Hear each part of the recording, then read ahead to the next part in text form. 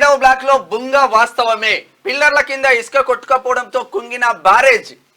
ENC Anil 3 బ్యారేజ్ల వద్ద repair work చేపట్టాం.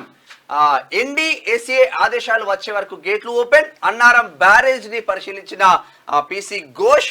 బుంగలు పడ్డ చోట తనిఖీలు. రిపేర్ వర్క్స్ పై ఇంజనీర్లను ఎంక్వైరీ చేసిన జ్యుడిషియల్ కమిషన్ చైర్మన్. అక్కడ ఎవరున్నారు? పీసీ ఘోష్. ఆయన అంటే జడ్జిగా ఉండే రిటైర్ అయ్యిండు. జడ్జి తోటి ఇప్పుడు మొత్తం కూడా ఈ దర్యాప్తు జరుగుతూ ఉంది. ఈ దర్యాప్తు మొత్తం అన్ని బయటకు వస్తే 100% తీసుకుపోయి లోపల వేసుడే, శిక్ష బరాబర్ ఖరారు చేసుడే అని చెప్పేసి క్లియర్ గా చెప్తా ఉంది. మరి చూడాలి ఏం జరుగుతుందో. ఇక్కడ మేడిగడ్డను పరిశీలిస్తున్న మంత్రి ఉత్తమ్ కుమార్ రెడ్డి. కేసీఆర్ 2 లక్షల కోట్లు గంగలో పోసిండు. కమిషన్ల కక్కుర్తితో ఇరిగేషన్ శాఖను నాశనం చేసిండు అని చెప్పేసి మంత్రి ఉత్తమ్ కుమార్ రెడ్డి అంటున్నారు.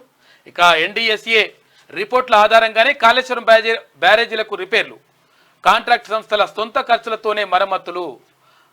తుమ్మిడిహెట్టి వద్ద ప్రాజెక్టు గర్తం, తప్పు చేసిన వాళ్ళను వదలం. మేడిగడ్డ, అన్నారం, సుందిళ్ల బ్యారేజీలను పరిశీలించిన మంత్రి అని చెప్పేసి ఒక వార్త.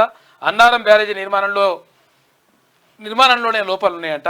మంత్రికి వివరించిన ఇంజనీర్లు చెప్తా ఉన్నారు. ఏమైంది? ఓకే, ఇది చూసారు కదా.